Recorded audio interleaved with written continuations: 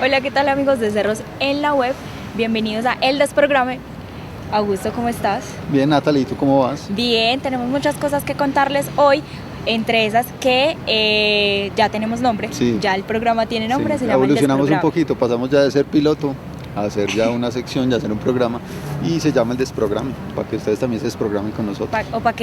Si están desprogramados, para que se programen. Sí. Otra noticia que les tenemos que dar es que nos pueden escuchar por una emisora online que próximamente estará en el FM, que se llama Radio Bemba. Sí, la idea es que nosotros ahí también vamos a compartir los audios de las entrevistas que hacemos acá y la música que ponemos acá para que nos escuchen también primero por la web y próximamente por la FM. Así es.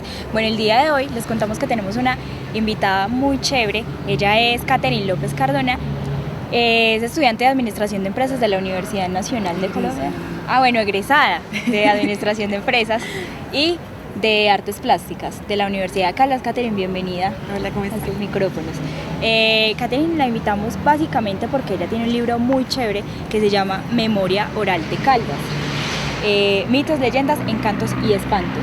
Cuéntanos entonces de dónde nace esta idea de crear un libro como estos. Bueno, esta idea nace en el 2013, finales del 2013, y se presentó a la Universidad Nacional como un proyecto de investigación cultural de la biblioteca.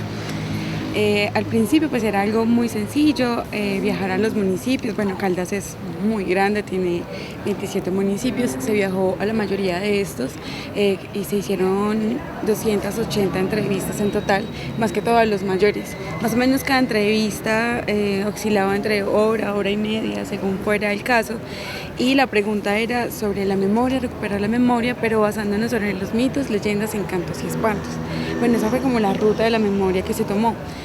Pero entrelazada con estas había como actividad económica, es decir, cómo viven, qué trabajo tenían y cómo ese espanto o esos mitos pues empiezan a entrelazarse con el hecho de que sacan oro o que están ordeñando las vacas. Bueno, ese tipo de cosas que hacían antes los abuelos, que nos parece tan lejano, pero realmente no está tan lejos.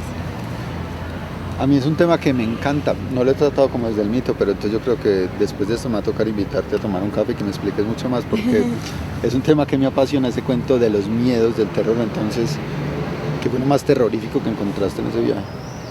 Lo más terrorífico, pues que Caldas cuenta con zombie propio. Eso es como lo más terrorífico. ¿Cómo así? ¿Cómo es eso? Sí, no tenemos que importar zombie, lo tenemos.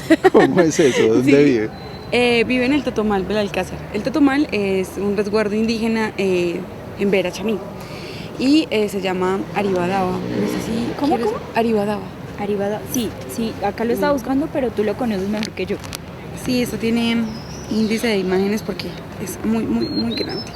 Bueno, ¿y el zombie entonces dónde nace? ¿Dónde salió? Bueno, los indígenas tienen como unos líderes de poder, a los que los llaman los jaibaná.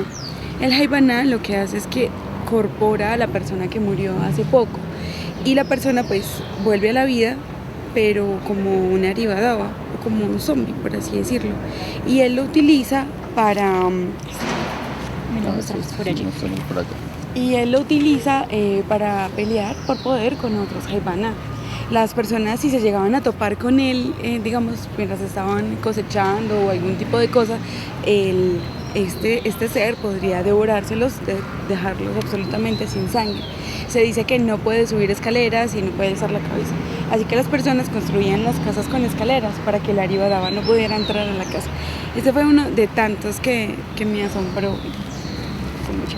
Y las ilustraciones, porque pues madre, esta ilustración está increíble. Es que no es que el libro es... ¿Tú hiciste las ilustraciones No. o quién es el creador No, de las ilustraciones? El ilustrador es mi compañero de estudio, Darley Bedoya. Él fue el que lo encargué de absolutamente todas las ilustraciones. Hay que aprender a delegar o si no sale uno, pero cuando nada. Bueno, ¿cuánto tiempo entonces te tomó, digamos, o te tomaba estar en un pueblo y recopilar todas las historias?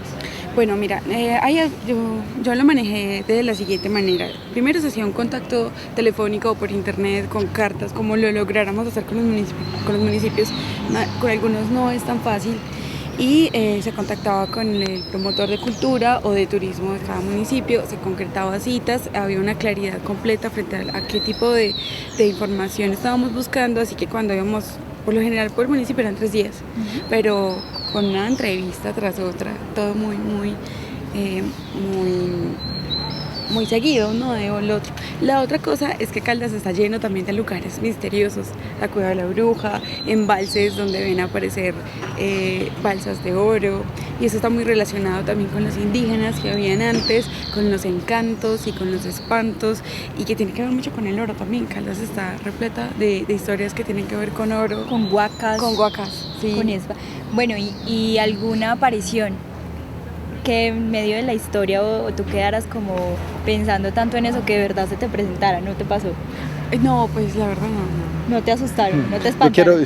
quiero ir a un poquito más allá. La gente que te contó este cuento, ¿se lo cree o no? Sí, sí, por completo. O sea, eso no entra en duda. Vaya uno y diga, ¿estás seguro que se le pasó? No. Igual hay un autor, pues, se llama Mircea Eliade, que él dice que este tipo de historias no hay que verlas como si son reales o no reales, sino como legítimas. Es decir, muchas historias fueron inventadas. Por ejemplo, no sé si han escuchado alguna vez el Hojarasquín del Monte. Ujú, el Hojarasquín. El Hojarasquín del Monte era muy hacia el norte, hacia lo que se conoce como Arma, y era un camino hacia Antioquia, hacia Antioquia y Caldas. Y tipo 7 de la noche, el arriero más grande y más corpulento se colocaba una piel de oso, y tipo 7 de la noche salía gritando que era el Hojarasquín del Monte, y los españoles corrían a esconderse para ellos no tener que pagar el peaje. Y pasaba la recua de mulas, unas 20 con ron y tabaco para Antioquia. Entonces también hay un aprovechamiento sobre este tipo de historias que generan terror para otro tipo de cosas. Pero por lo general son historias que son legítimas, se han contado por generación en generación, se toman como identidad cultural también de ciertos lugares, como por ejemplo Aguadas, es el Putas de Aguadas. Se dice que el Putas de Aguada pues retó al diablo en una contienda, y con su poncho y su machete pues le gana al diablo. Y el Putas de Aguada es una identidad, ¿cierto? Que es una persona que a nada le teme y a todo le puede. Como yo estuve leyendo y hojeando el libro, no lo he acabado, pero ahí voy. Es que Y he está visto largo. que sí, es carnudo. Y ahí me di cuenta que las personas que entrevistas son mayores.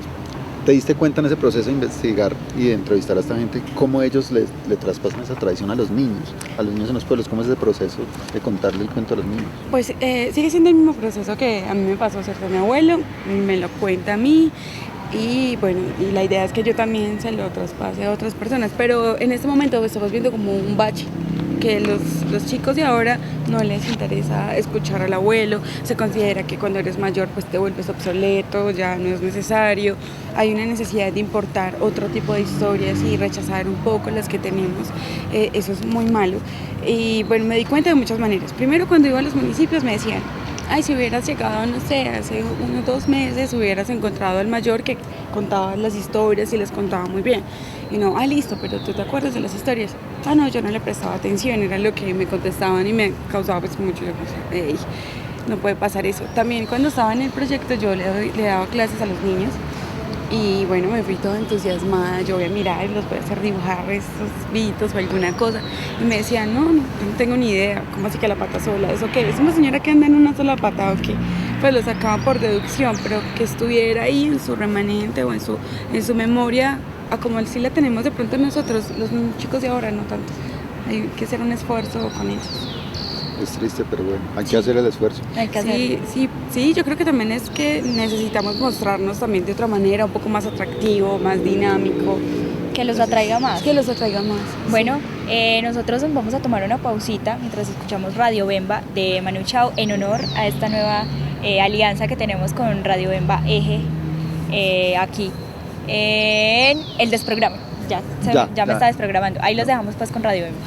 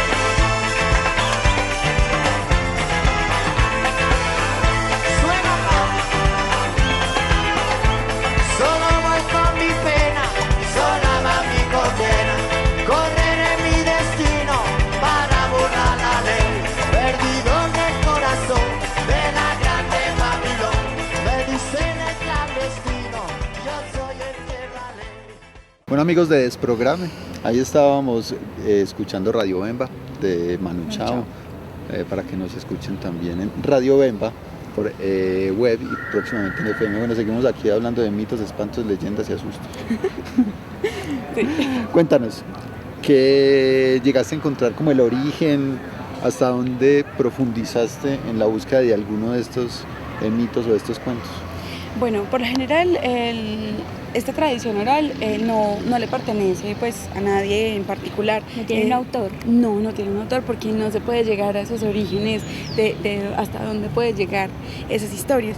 Pero en particular me encontré una en Loma Prieta, que es un resguardo indígena. Él me decía que tenía un amigo arriero que iba por el camino abierto con su caballo, y a tanta ramita él veía en el camino, pues la tomaba y jugaba con ella. Cuando sintió que el oro, el anillo de oro que tenía, se le calentó y se le derritió la mitad del oro. El hombre se devuelve buscando específicamente la planta y pues no la encontró.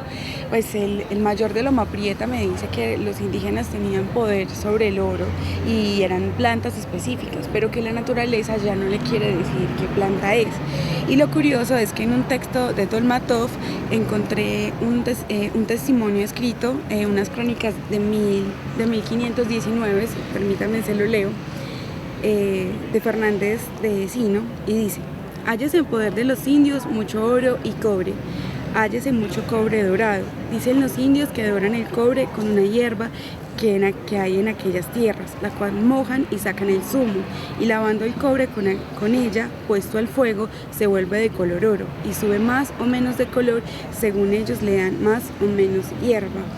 Entonces eso, estamos hablando de que es una historia 2015 que me la cuentan en Loma Prieta, y encuentro una relación con el texto de una historia de 1519. Entonces ahí encontramos unas similitudes muy muy interesantes. Pero digamos que del origen, o sea, cuando empezaron a contar la historia a lo que es hoy, digamos que tiene muchos cambios. La gente le agrega cositas o le quita o cree más o cree menos. Sí, a eso se le puede denominar plasticidad narrativa. Ya. Palabras técnicas. Sí, se moldea, ¿sí? Entonces nos moldeamos nuestra historia y nuestra identidad a través de la tradición oral, y se va moldeando. Y también los personajes, como por ejemplo los personajes más típicos de nosotros, la Pata Sola, la Llorona, el Moán, el Duende, ese tipo de historias. ¡Ay! Hablando del duende. El duende es un personaje, pues ustedes saben, ¿cierto? Que todo lo esconde, que persigue a las chicas, bueno. Es como juguetón. Es juguetón y bueno, y que no sé qué, y que es muy canzoncito. Pero en Loma Prieta, pues, justamente me contaron que era que en los primeros pobladores indígenas había un niño en particular que era muy travieso y no le hacía caso a nadie. Y entonces lo castigan, y su castigo es cuidar el oro, o sea, indígena, pues siempre, ese es su castigo. Entonces, claro, los mineros dicen que las minas están envendadas, dicen que se le esconden las herramientas, inundan los socavones. Entonces uno se pregunta, ¿será que es el duende? Ese duende travieso, como que ese duende travieso que nos habían contado que solo perseguía chicas, pues ahora se vuelve también como... Le subió la responsabilidad. Sí. Cotidiano, real, Sí. cercano. Sí, el duende es una cosa maravillosa. Mientras buscas el duende, ¿cuál es la diferencia entre un espanto, por ejemplo, un encanto, un mito y una leyenda? Bueno, el mito, el ser humano ha necesitado desde sus inicios responderse el hecho de que esté sobre la tierra, ¿sí? De dónde viene el sol, de dónde viene la luna. Y cada cultura pues tiene una cosmovisión totalmente diferente acerca de esos momentos originarios. Así que el mito responde a eso, al momento originario de la creación, de cualquier tipo de creación. Las leyendas, en cambio, la leyenda y el relato son personajes que sí existieron. Por ejemplo, como les contaba ahora del Putas de Aguada. El Putas de Aguada sí existió.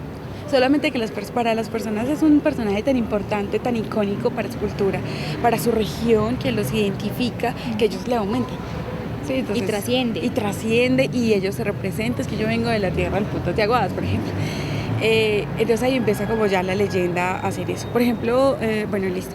Y los espantos, por lo general, pues para nuestra cultura que es muy católica, serían los almas en pena, que se manifiestan de alguna u otra manera, pero que muchas personas lo ven, así que pues se hace muy común y muy cotidiano que se hable. Por ejemplo, la Llorona es un espanto, que se cuenta que ella perdió a su hijo en el río, entonces quedó como alma en pena buscándolo a lo largo y ancho de los ríos. Y el encanto es las manifestaciones que tienen los indígenas en cuanto a las huacas, y todo, que tiene que ver mucho con el oro, que tiene que ver mucho con lo indígena y con sus entierros sagrados. Y ahí viene un personaje también muy interesante que es el huaquero. El huaquero pues que está en búsqueda de estos oros. Yo alcancé a hacer una entrevista completa a un huaquero y él nos contó cómo lo hacía. Por ejemplo, nos decía que la llamita, cuando hay una huaca se ve una llamita bien redondita, y él decía que según lo que suba es lo que está enterrado. Así califican el tamaño del tesoro. Sí, también. Entonces, como los indígenas en sus ceremonias anterior a la conquista española, pues se enterraban con sus tesoros y eran unas urnas funerarias espectaculares, eso a lo largo y ancho.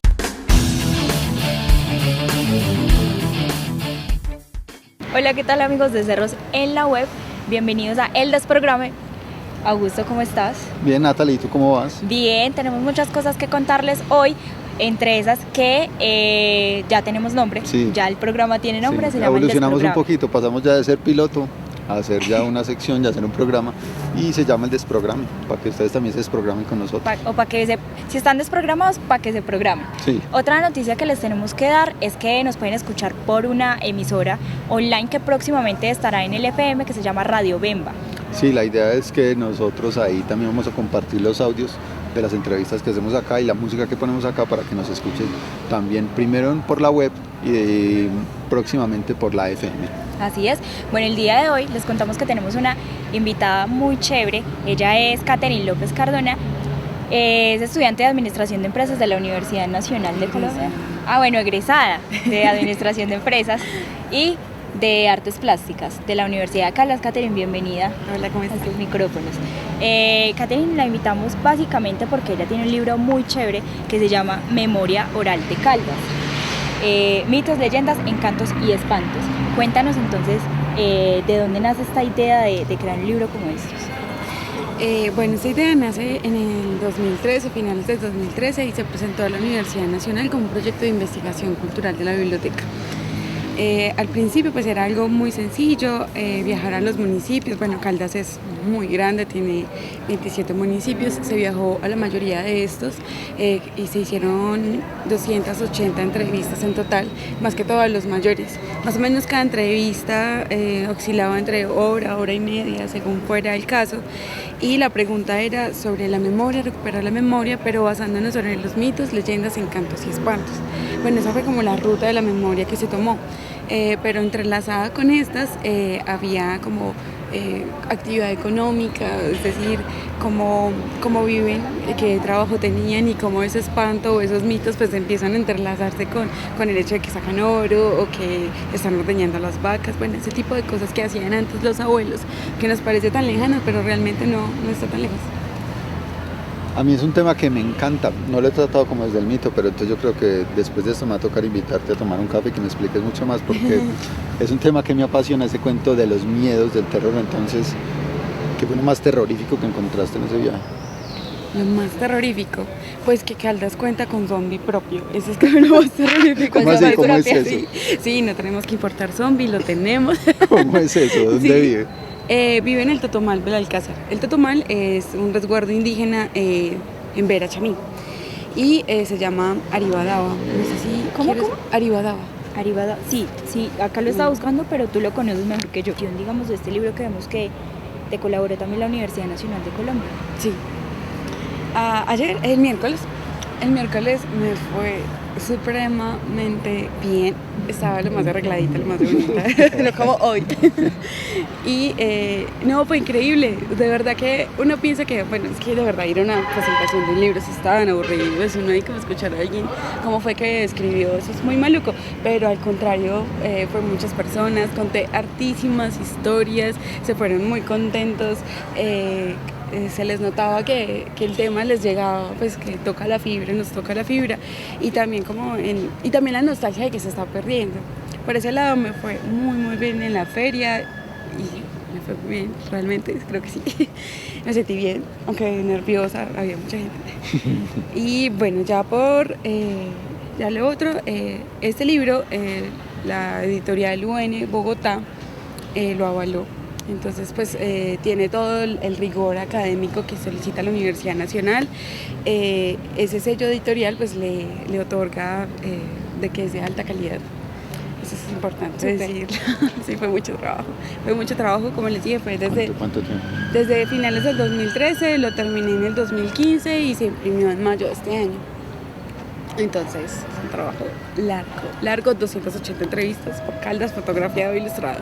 O sea, eso está caliente, pero le va a hacer la pregunta, no sé qué piensa. Quizás hacer la segunda parte. Ay, pues sí, ojalá. Te quedaron faltando muchos. No, quedaron faltando máximo 3-4 municipios y fue más que todo porque no recibí ayuda por parte de los proponentes de cultura, entonces como que irme al pueblo, yo bueno... Tengo otra pregunta que me está rondando hace rato. Tenemos asustos importados. Nos asustan cosas de otro lado. Encontraste, por ejemplo, no sé, en algún lado te hablaron de Godzilla, de cosas así. Pie grande. Exacto, tu pie grande. No, No. Todos son locales, todos son de acá. Son muy locales, muy locales. Y por ejemplo la y Madre dicen Monte. que no hay donde coger historias. Ay, todo está todo aquí. No, O mira, sea, acá hay 200, ¿qué? 280 entrevistas. 280 entrevistas de espantos. No, De tenemos... espantos, mitos, leyendas y con, todo lo que hay en los y con 27 ilustraciones de que son totalmente un bestiario y fotografías de los lugares en los cuales se asustan. Genial, Yo pasaba un ligerito. bestiario de Caldas. Es un bestiario. Sí, es un Genial. bestiario de brujas, la cantidad de brujas que tenemos es impresionante. Me gustaría mucho compartirles algo que leí, que compartí ayer y que me gustó mucho. Esta es La Pata Sola. Las ilustraciones son geniales. Sí, Darley Bedoya, sí. Yo no le permití esa expresión artística ni nada. Yo no, caballero, nada de esas cosas. Me hace el favor y me dibuja como lo dijeron. Como lo describe la gente, es que es cierto. Sí. Es que las ilustraciones corresponden a las descripciones narrativa. puntuales, o sea, no es nada inventado por el artista, él simplemente interpretó lo que le dijeron. Él quiso, pero yo no lo dejé. Listo, mire, dice: yo soy más que la sirena, en el mundo vivo sola, y nadie me resiste porque soy la pata sola. En el camino, en la casa, en el monte y en el río, en el aire y en las nubes, todo lo que existe es mío. Así escuchan cantar coplas a la pata sola. Ella es uno de los personajes de espantos más atemorizantes y reconocidos de esta región. Persigue a los hombres infieles, los seduce y solo deja de ellos los huesos y el cuero. Se presenta como una hermosa mujer, pero no se confía en hombres inquietos porque es la pata sola. Ahí tienen pues hombres para que bueno, se atengan. ahí estuvo. Se nos acabó el tiempo del programa. Aquí Sí. en el Desprograma estuvimos muy programaditos hoy. Se fue Feria muy del rápido libro. el tiempo, Sí. relajamos. Es que hay mucho para contar en el libro de Catherine López. Catherine, ¿dónde lo podemos encontrar ya por último? Bueno, lo está vendiendo la editorial UN, se puede encontrar, es que está por internet. Uno coloca así Google, editorial UN, Memoria Oral de Caldas, y aparece el link para poderlo comprar por internet. Listo, ahí está pues. Memoria Oral de Caldas, mitos, leyendas, encantos y espantos de Catherine López. Hoy estuvimos escuchando también un poco de la música de Manu Chao, Radio Bemba y otras cositas que esperamos que les gusten. Augusto, nos fuimos. Kate, muchas gracias por aceptar la invitación, por venir a contarnos tu experiencia y felicitaciones y muy bacano libro. Muchas gracias. Que le vaya muy Muchas bien. gracias. Nos vemos, chao.